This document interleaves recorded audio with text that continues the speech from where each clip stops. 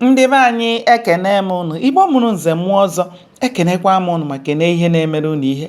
Anyị ka nọkwa n'akwụkwọ a bụ Ọkpakụ Erieri. Cheta n'ebe anyị kwụsịrị bụ mgbe ndị okenye kwuru na ha ga-eche ka Akụbụzọ zite ozi, n'ihi na ọ bụ ụkwụ ka eji achọ ihe danyere na mmiri. Akụbụzọ lere anya ụmụnne ya nwaanyị ma ọ hụghị ha. Ọ maara na eleghị anya na ha ewerela ego ha letara na ọkụkọ ya gbala. O chere otu a n'ihi na ọ dịla anya ha chọbara ụzọ ịgbala ma ha ahụghị ohere. N'ụtụtụ echi ya, Akụbụzọ gbara ụgbọala laa obodo ya. Ka o ruru obodo ha, ọ hụrụ ụmụnne ya abụọ ndị ahụ. Iwe jupụtara ya obi. O wee gaa maa Azụka ụra. Ozugbo Azụka daa n'ala bido na-agbọsịsị ọnụ mmiri. O wee chụba Nwamgbo ka o mee ya ihe o mere Azụka.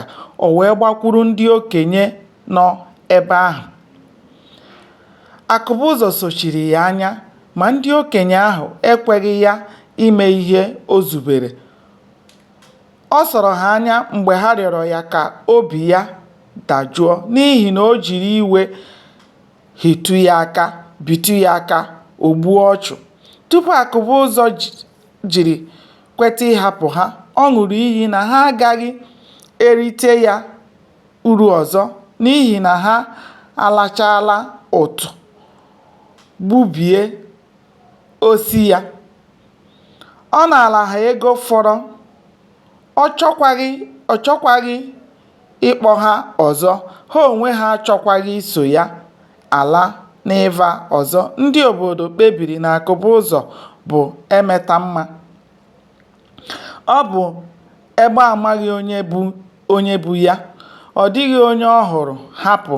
Ha sịrị, onye megburu nwanne ya, ọ bụ onye ka ọ ga-ahụ hapụ? Ọ bụ onye ka ọ ga-ahụ hapụ? Ha sịrị, anya ahụla, ntị anụla arụ o ji ụmụ afọ mụrụ eme. Ya onwe ya marakwa na ọ ga-adị ka esiri n'ọkụ tupu o nweta nwaodibo n'ala anyị. Ebe o woro ya anya na ọ dị mma ịgba ọsọ ihere karịa ịda ada ihere.